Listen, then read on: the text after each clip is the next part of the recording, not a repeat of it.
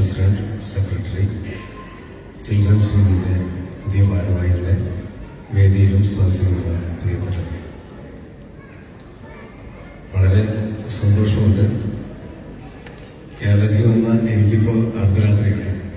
എന്നാലും നിങ്ങളോടൊപ്പം ഈ സായാഹ്നം ചെലവഴിക്കാൻ കഴിഞ്ഞതിൽ വലിയ സന്തോഷം തോന്നുന്നു.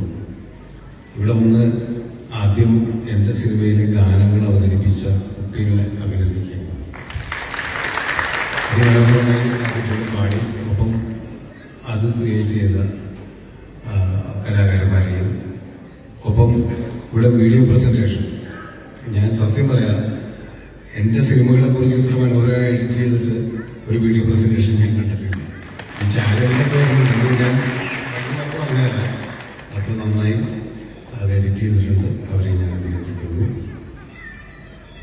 സത്യത്തിൽ ഭയങ്കര അത്ഭുതം തോന്നുകയാണ് എനിക്ക്. കാരണം ഞാൻ 17 വർഷം മുൻപാണ് ഈ സമാജത്തിന്റെ പരിപാടിയിൽ, അത് ഫിലിം ഫെസ്റ്റിവലായിരുന്നു തോന്നുന്നു. അന്ന് വേറെ ഹോളാണെന്ന് പറഞ്ഞ് വേറെ സ്ഥലമായിരുന്നു. അതിനുശേഷം ഇത്രയും വർഷങ്ങൾക്ക് ശേഷം ബഹറിലേക്ക് വരുമ്പോൾ ഇത്ര മനോഹരമായ ഒരു മലയാളി കൂട്ടായ്മ, ഇങ്ങനെ ഈ ഒരു കേരളീയ സമാജം എനിക്ക് തോന്നുന്നത് ഒരു GCC കൺട്രിയിലും ഉണ്ടാവാൻ തോന്നുന്നില്ല. GCC കൺട്രിയിലല്ല, പുറത്തൊരു സ്ഥലത്തും, മിക്കവാറും എല്ലാ രാജ്യങ്ങളിലും, പല രാജ്യങ്ങളിലെയും GCCയിലൊക്കെ തന്നെ പലയിടത്തും ഇത്തരം പരിപാടികളിൽ പോയിട്ട് മലയാളി കൂട്ടായ്മയിലേക്ക് പങ്കെടുത്തിട്ടുണ്ട്. പക്ഷെ ഇങ്ങനെ ഞാൻ കണ്ടിട്ടില്ല എന്നുള്ളതൊരു സത്യമാണ്.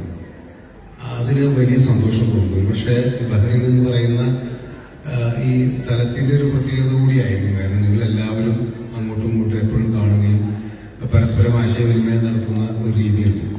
മറ്റ് ഇപ്പോൾ ദുബായിലും ഒക്കെ ആണെങ്കിൽ ദുബായിൽ ജോലി ചെയ്യുന്നവർ ഷാർജയിൽ നിന്ന് വരണം.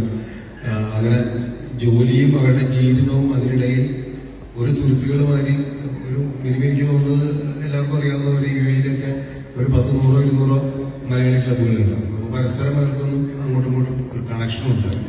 അപ്പോൾ ഓരോ തുരുത്തുകളാണ്. അതിൽ ചിലപ്പോൾ രാഷ്ട്രീയ പാർട്ടികളുടെ പേരിലുണ്ടാവും.